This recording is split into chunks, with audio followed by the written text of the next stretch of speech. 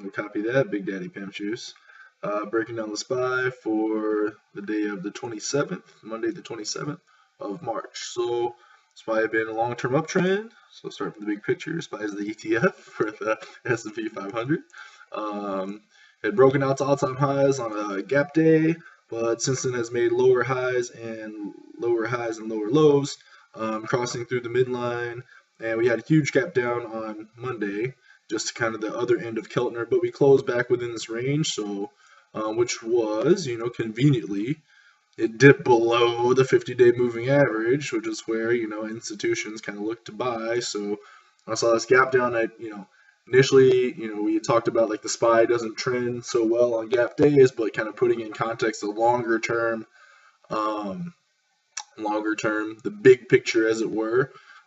Coming into the 50-day moving average, thought maybe we could see some good trend days. So what were the top pre-market movers? HTGM in play, the chicken shit stock that I missed on Friday in play. So I hope the pre-market shows. It didn't show earlier when I was looking at this to prepare for this video. So anyway, what was cool in pre-market was that this was an obvious change of character. It's not showing the pre-market. I don't know why. Like, it's showing other fucking stocks pre-market, not this one, but like Alf showing. Anyway, showing that pre-market, but it's not showing HTGM. So for whatever reason. So anyway, HTGM was like top on the pre-market volume list. It was like 700,000 shares done pre-market, and kind of made like some higher highs, higher lows, like kind of like underneath the prior day's high. So I don't really know how to fucking, so just like bear with me here. So it was kind of like up here, kind of like higher highs, higher lows, and I think this like the same level have been respected, and but very clearly this was a change of character in pre-market. So you could have been taking this bear flag for like a quick counter trend trade, so you're probably risking, and that's why I brought that up to say that. So this is like bear flag, but the bigger picture, obviously, is that we're coming off a base, obvious now. So you could have been risking up, to this high, somewhere in here, 30 cents, made $1.30. So quick 4-to-1, only looking for a scalp in this. Definitely, just because, it did close weekly, but we're still coming off a year-long base, so don't want to be fading that too strongly. But, a quick scalp off the open, just playing that quick momentum.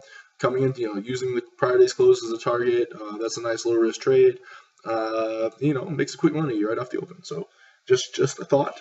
The other pre-market mover, and I know I didn't go over the big picture in HTGM, but I feel like we beat that fucking horse to death. And I did say, 1 year base, all that shit. Anyway, J-Nugget was the other pre-market mover, but as you can tell in the big picture, called this a downtrend, but recently it's just kind of been going sideways. This is the Gold Miners ETF, the junior gold miners. So I don't know if they're like levels of gold miners, like if you have like an executive bathroom, if you're like an actual gold miner, and the junior ones, I don't know. It's a bad joke. Anyway, all right, moving on. So the pre-market, suffice it to say, once again, for whatever reason right now, TC2000 is being a dick. There's no pre-market, but it's nice sideways action in pre-market, which caught my eye. But what caught my eye even more was the bigger picture, and we're in the middle of all this fucking range. So I think I'd mark the pre-market levels like right in here. But we're in the middle of all this range, and basically wasn't ignored for that reason. So those were the top two pre-market movers. Before we continue about my trades, I do want to talk about the Larry Williams webinar, and maybe I should have led off with that. But kind of switch gears before we get into the rest of the trading session. Just talked about entries. So he talked about the different types of entries: mathematical, chart formations, market structure, seasonal, trades of the month. I think those kind of lend more towards commodities, which is what he trades. Trend change, momentum patterns. Just talking about mathematical trades that time periods matter, and follow through is very important for like kind of what you're looking for. I guess that would be like pull back to the midline type thing. So you want to see that kind of happen right at the midline, or your idea is sort of invalidated, because it's like it's about a mean reversion trade. So if it doesn't, as it pulls back to the mean, if it doesn't kind of move away from the mean again, your idea is almost invalidated there. and also accept the immediate failure. So I mean, obviously he trades a much higher time frame than we do, but I really like what he said. Of, if it really like price starts to break out, it immediately reverses. I mean, that's a huge sign to kind of get out of the trade. We're talking about market structure, just kind of buying higher short-term lows and selling lower short-term highs. So higher lows and lower highs. It makes sense. The biggest thing, and he went on to talk about like seasonal today and the day of the month. I mean, the day of the month is important because we talking about the opening range of the day. We talk about the opening range of the week. We talk about the opening range of the month. So obviously, beginning of the month, end of the month, beginning of the week, end of the week, the open versus the close. I mean, those are the most volatile periods. The cyclical periods of the market. Like those are the most volatile periods. So the biggest thing, I think, the biggest point he said, and this is what really stuck with me, was that entries are the tail of the dog, and that he was talking about because he's like old and he's got to like take all this different medicine, and then he like made a another reference about how like bodybuilders do this, but I mean he was cracking on himself, which I thought was funny. Larry seems like a cool guy, which is cool that you learned how to trade from him. So anyway, he said you really and you've smashed me with this too. It's like we have to not be the entry is like the least important thing. It's very important, but it's an afterthought, right? Like if you don't align the big picture with what you're doing, then there's really no point in taking that trade, right? And so that's why you just jumped on my ass so much for jumping straight to the end of the chart and just looking for the entry first, when if I'm not aligned with the big picture, like I have like so much less chance of having that trade work for me because I'm not aligning myself with what's actually happening. I'm taking these like short-term little fluctuations instead of getting in the big picture. Like thinking my first trade in Facebook, like, oh my God, I bought a pullback in a hot trending stock, that's super in play. It was in a super strong uptrend. Like no shit, I made money the first day I ever traded because I did something stupid easy. So, layering on the big picture is just like the biggest thing. I like how he said it's the tail on the dog. And just talking about there's like no perfect entry. Simply by the way we trade, like we're gonna always miss the top and the bottom from the way we get out, and that's fine because like I'm not trying to catch falling knives, and as long as I catch the meat of the move, I'm happy getting out of the top, somewhere near the top.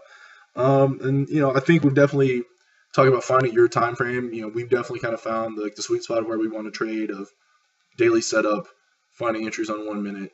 That's where I want to be at. And they're definitely like over, kind of like Nate's video, kind of like over, like stacking on other pieces of evidence of like other people maybe looking at trades like I'll show you AAOI here in a minute, like why that was a good trade on that one pullback to the midline day. But yeah, so he just basically said the entries are the catapults for the moves, right? Like, that's, the move is set up by the bigger picture, and then when it's time to rock it up, like it's that's where you start looking for your low risk entry. And he talked about his entry weaknesses, which definitely, resonated with me as well. Like his too early, and he put in quotes, "fools rush in." I mean, that's definitely one of my biggest weaknesses as far as entering, is I want to get in too early. Not willing to reverse. I mean, I don't, I'm definitely trying to trend trade more than anything. So, flipping my positions, not really in, I'm trying to stick with the big picture. So not really so much, but this next one was huge. Is always thinking this is the big one. And that's definitely where my greed comes in. And I start to think that, oh shit, this is the one that's going to fucking, make my year. And it's like, that's just going to happen when it happens, man. If you just follow you have a plan, you stick with it, and you align your trades and with the bigger picture, that's where it comes into play. So, and talking about discipline, that's just sizing correctly. As long as I'm risking $100 a trade, I feel no stress whatsoever about any trade that I take. I feel no stress about getting stopped out. I feel no stress about having profits, like, because I'm that's a comfortable area. So once I can demonstrate that I'm profitable for risking $100 per trade, for several weeks, then maybe we can start to talk about sizing up a little bit as my account grows. That's something to think about. But right now, $100 is a comfortable mental level, and obviously I'm on whose trade is it anyway, whose long is it anyway, doing paper trading, so I'm not feeling real emotion like I will be when I was going live, but I would like to think at least I'm practicing that way. So getting into the trades that I actually took today, I traded. So today's the 27th. So traded Alf. So which was one of my lesser trades for the day. I feel like out of the other two bigger picture ideas, I had timed those better with OVAS and Snap. But let's get there when we get there. So Alf is healthcare biotech, right? Biotech's hot sector. Been in the long-term uptrend, but had this widest range bar, really high volume. Broke out again this day after this pullback, these overlapping days. But we had a major reversal day, so kind of weakness in the background, lower high, couple pieces of evidence, and maybe I was trying to be a little early. So that's number one. Number two, intraday fundamentals. I haven't checked for any new news, but we have this like obvious support level here. So I'm trying to get short in front of this obvious support level. So that's like 3 days in a row now. That's like what was it? ESPR last week, and EKTR, and also this is within the prior day's range. So not the first time I tried to short this, because the first time I tried to short this was like we had weakness in pre-market.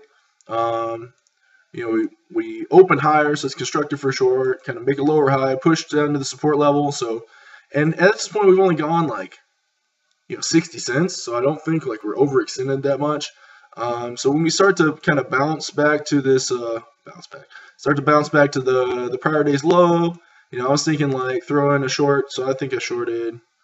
Find the time, since my fucking whatchamacallits aren't there anymore. Monday, yeah. So shorted at 9:56. So let's look at that. So 9:56 in Alf. And I'm sorry, I wish the fucking things would stay on there, but it's really frustrating that they're not. So shorted 9:56, which is somewhere right in this bar. So I was thinking, prior day support became resistance, but as we keep harping on the bigger picture is there's this major support level, right, at this fucking 764, 765 level, whatever, somewhere in between 770 and 760, right?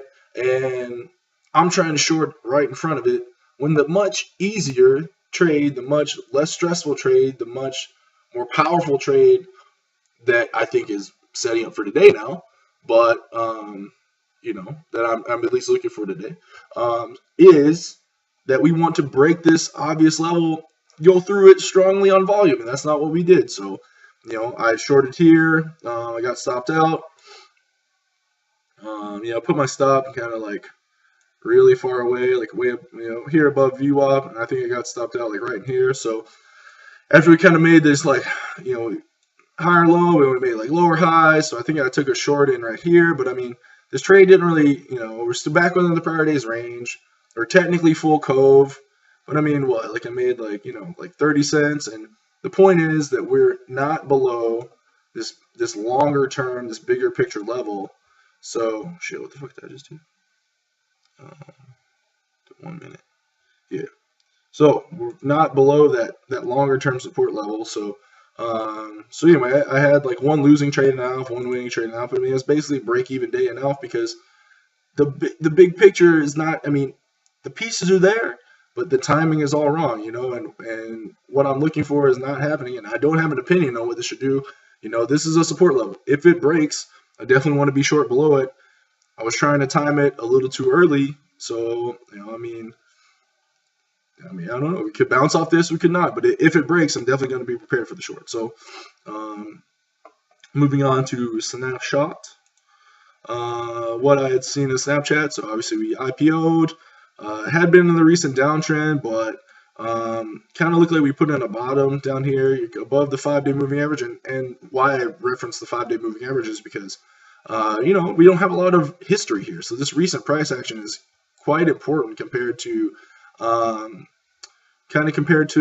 recent the background history, because there's not a lot of history.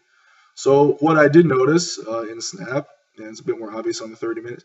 Kind of this like overlap, this like level here, this like overlap. Somewhere in here, this like 23, 27. So I had an alert set there.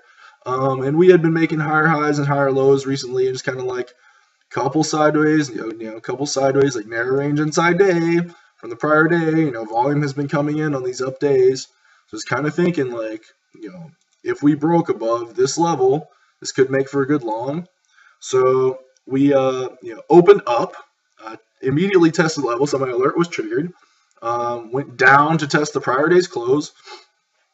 And as we tested the prior day's close, let me zoom in here. So came down to test the prior day's close. So I activated my alert at the high of the day. So as we, I got alerted that Snap hit the high of the day again, I was prepared. So I bought Snap at 958, 23.15. So 958, boom, right here on this bar, this little, narrow range bar. I was thinking, just like in here, maybe in here, obviously these couple bars are better, but second rag is the cheese kind of deal, I'm thinking, okay, I'm buying this little pullback in anticipation that we're going to break out the high of the day, right? So that's the trade. You could call this maybe an ABCD, so kind of buying in anticipation of that like breakout. Really low risk stopping. I was risking like, I could easily risk a quarter, or 20 cents is a lot to risk, but I could put on my quote max share size with a bigger picture setup. In a stock that has an intraday setup as well. I'm trading with the recent trend, and intraday I have the trend aligning. With a major level in play, I'd definitely call this like an 8. So a lot of good things going for Snap, and lo and behold, has a fucking wide range day, and I ended up selling around out here because I was going to bed. So just like, my one trade erased all my losses and now for my like, whatever. So that's one good trade. Definitely made one trade, and it's that easy to do. Just making one good trade today. And I didn't even trade the best setup for the day, I think. So Snap was an excellent trade. I did trade OVAS as well. So what was the setup in OVAS? We had, biotech coming off a long base after volume climax. Volume in the background, so it'd be coming in. So once we triggered above this Thursday's high, I was kind of looking for that trade. We triggered here, but then it was looking really thin.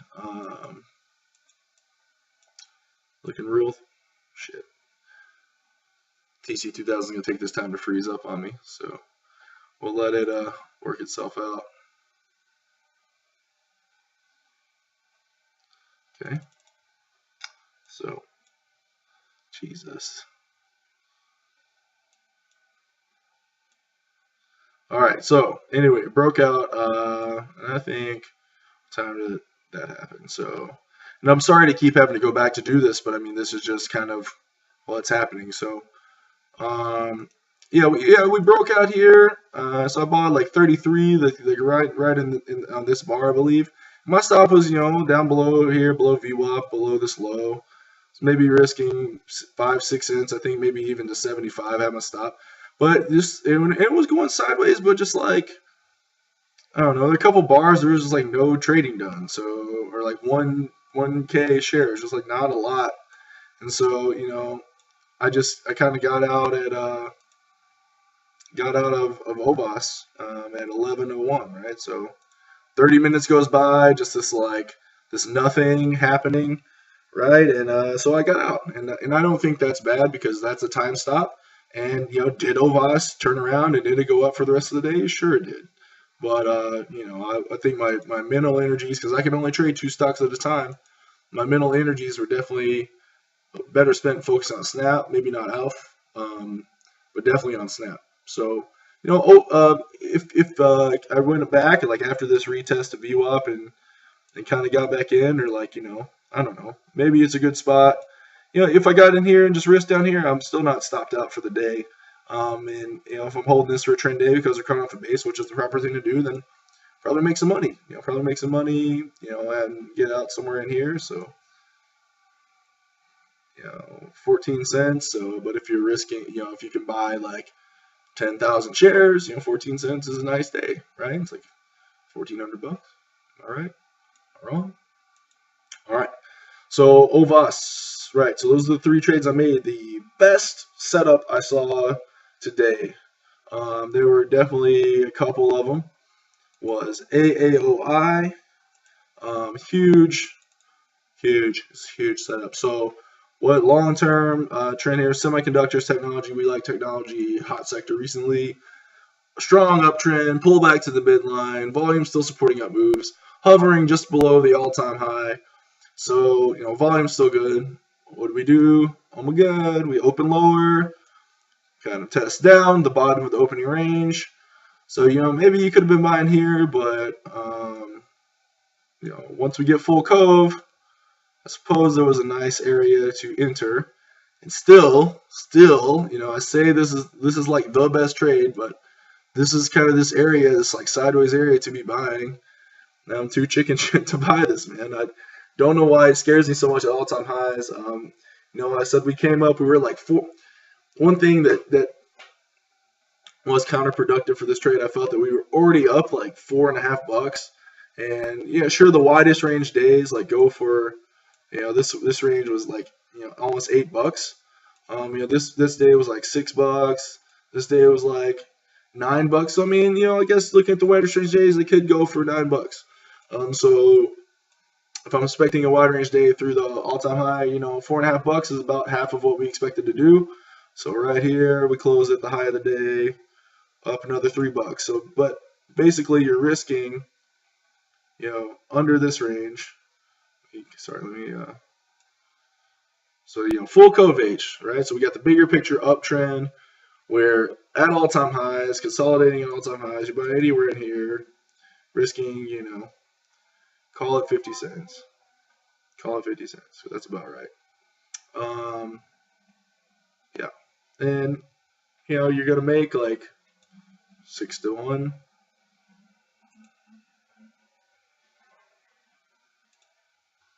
Somewhere near to all-time high. So, I mean, 50 cents to make $3 sounds like a pretty good trade to me. Right. So that was probably one of the best setups of the day, right? Because we're strong uptrend, volume still good, all-time highs, open lower, full cove H, all the good stuff going for it.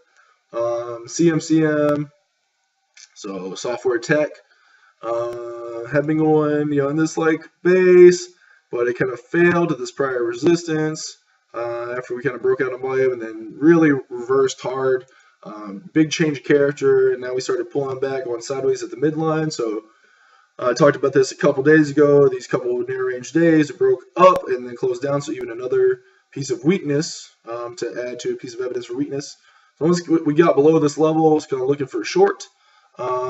As we opened lower and went straight down, I mean, we got, we went down 88 cents by 9.43. So while price triggered my idea, there was really no trade, and I had this line drawn because of this like prior, potential support level.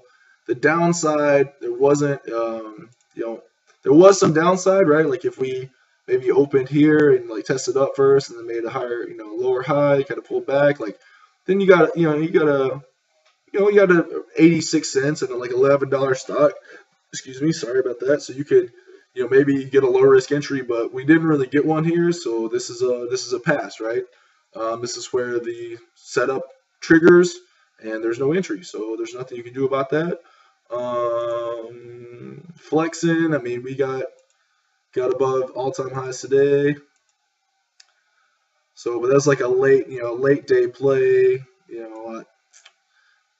I saw this like kind of trigger and then just kind of went sideways, so I didn't pay attention to it. I was already in bed by that time. V-Ray, so V-Ray going kind of sideways. Medical, healthcare is in play. Kind of, broken out. Once we broke out to the 52-week highs, volume started coming in, and we've been trending up ever since. So, still taking breakouts to new highs until there's a reason not to. Price spiked up off the open, but started going sideways. So here's your, holding just underneath the high of day. Higher highs, higher lows. Maybe you could have got in here. This prior little intraday resistance becomes support.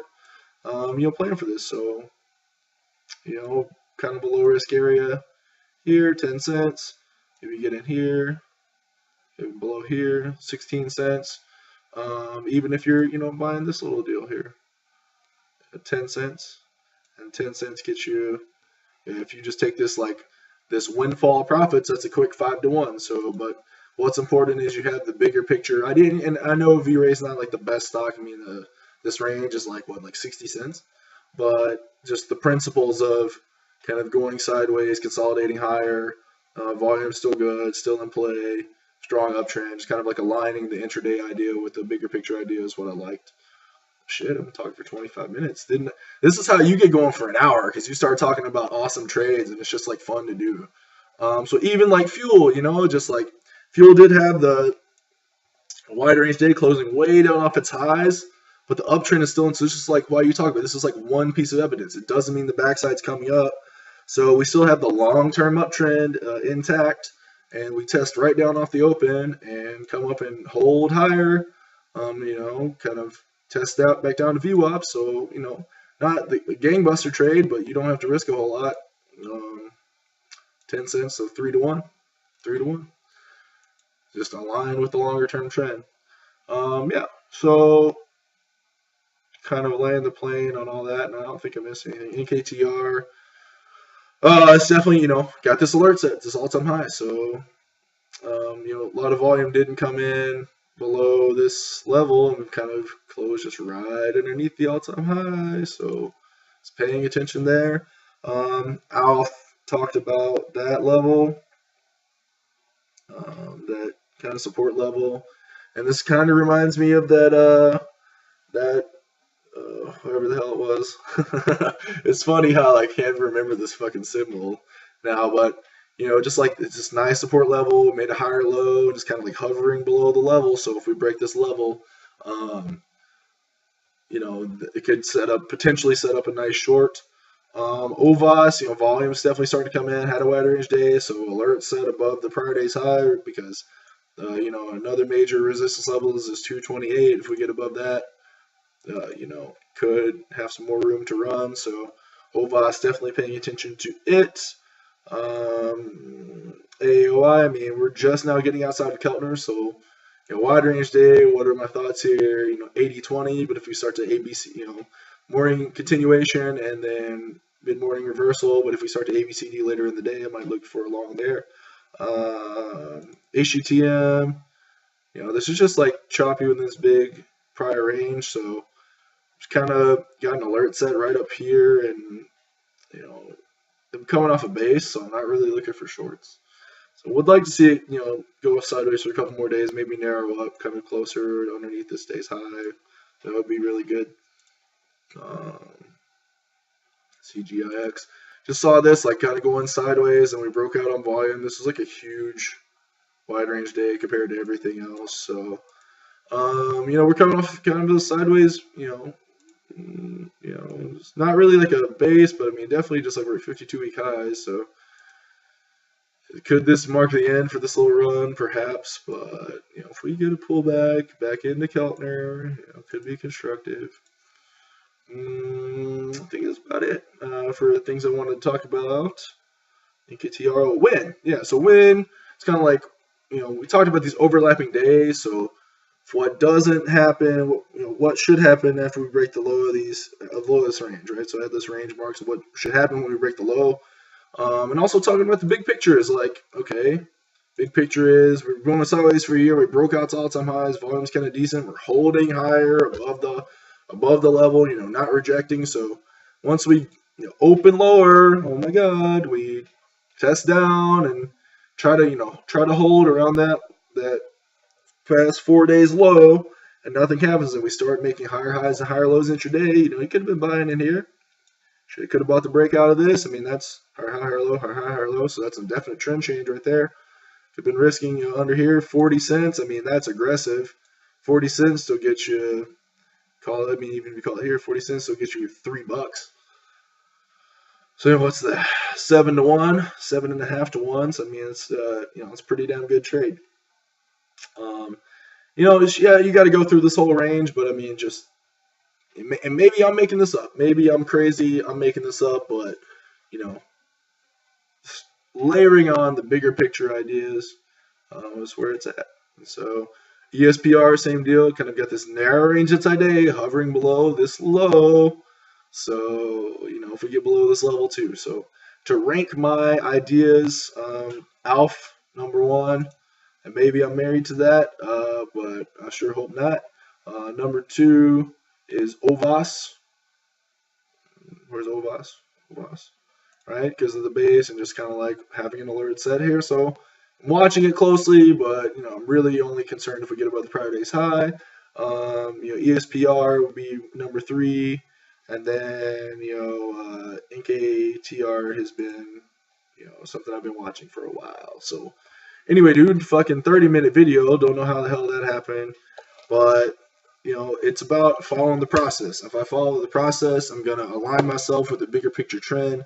And I feel like as long as I can align myself with the bigger picture and find a low risk entry, I should have a 60% win rate. I don't see any reason, why it should be that. And sure, right now is a bull market and things are more friendly, and a lot of your mistakes are kind of overlooked because we're on a bull market. So, and a lot of stuff things are trending more easily because of that. So, but keeping the stock selection tight, and as long as I'm trading good stocks and following the big picture of those stocks, then I should be able to make money with a half decent entry, as you said. All right, Mr. Wood, later.